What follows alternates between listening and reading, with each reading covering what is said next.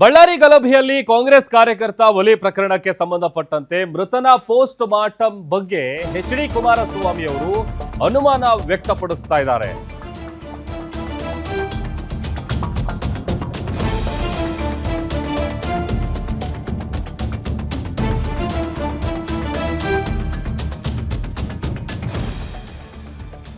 ಕೇಂದ್ರ ಸಚಿವ ಎಚ್.ಡಿ.ಕೆ ಅವರು ಮೃತನ ಪೋಸ್ಟ್ ಮಾರ್ಟಂ ಬಗ್ಗೆ ಅನುಮಾನ ಹೊರಹಾಕಿದ್ದಾರೆ.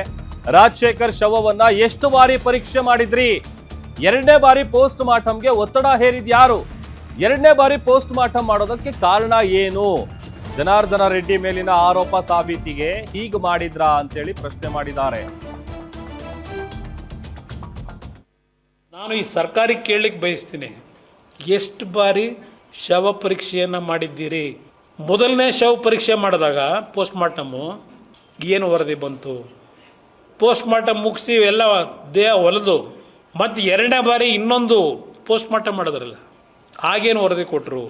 ಎರಡನೇ ಬಾರಿ ನೀವು ಪೋಸ್ಟ್ ಮಾರ್ಟಮ್ ಮಾಡಿದಾಗ ಯಾರು ಎರಡನೇ ಬಾರಿ ಪೋಸ್ಟ್ ಮಾರ್ಟಮ್ ಆಗಬೇಕು ಅಂತ ಒತ್ತಾಯ ಹಾಕಿದವರು? ಇಲ್ಲಿರ್ತಕ್ಕಂಥ ಪ್ರಶ್ನೆ ಇಲ್ಲಿ ಪ್ರಮುಖವಾಗಿ ಮಾಧ್ಯಮದ ಸ್ನೇಹಿತರು ಅರ್ಥ ಮಾಡ್ಕೋಬೇಕೀಗ, ಈ ನಾಡಿನ ಜನ ಅರ್ಥ ಮಾಡ್ಕೋಬೇಕು. ಎರಡನೇ ಬಾರಿ ಪೋಸ್ಟ್ ಮಾರ್ಟಮ್ ಮಾಡಿದ್ರಲ್ಲ, ಯಾರಿಂದ ಪರ್ಮಿಷನ್ ತಗೊಂಡ್ರಿ? ಯಾರನ್ನು ಮೆಚ್ಚಿಸ್ಲಿಕ್ಕೆ ಎರಡನೇ ಬಾರಿ ನೀವು ಪೋಸ್ಟ್ ಮಾರ್ಟಮ್ಗೆ ಆದೇಶ ಮಾಡಿದ್ರಿ? ಯಾರು ಆದೇಶ ಮಾಡಿದವರು? ಎರಡನೇ ಬಾರಿ ಪೋಸ್ಟ್ ಮಾರ್ಟಮ್ನಲ್ಲಿ ಏನು ಬಂತು? ಮೊದಲನೇ ಬಾರಿ ಏನು ಬಂದಿತ್ತು? ದಯವಿಟ್ಟು ಸತ್ಯ ಹೇಳಿ, ಏಕೆಂದರೆ ಸತ್ಯವನ್ನಲ್ಲದೆ ಬೇರೆವೇನೂ ಹೇಳುವುದಿಲ್ಲ. ದೊಡ್ಡ ದೊಡ್ಡ ಅಡ್ವರ್ಟೈಸ್ಮೆಂಟ್ ಪ್ರತಿನಿತ್ಯ ನೋಡಿದ್ದೀನಿ ಮುಖ್ಯಮಂತ್ರಿಗಳು, ಸತ್ಯವನ್ನಲ್ಲದೆ ಇನ್ನೇನು ಹೇಳಲ್ಲ. BJP ಪಕ್ಷದವರು ಬರೀ ಸುಳ್ಳೇ ಹೇಳ್ತಾರೆ, ನಾನು ಮಾತ್ರ ಸತ್ಯ ಹೇಳ್ತೇನೆ.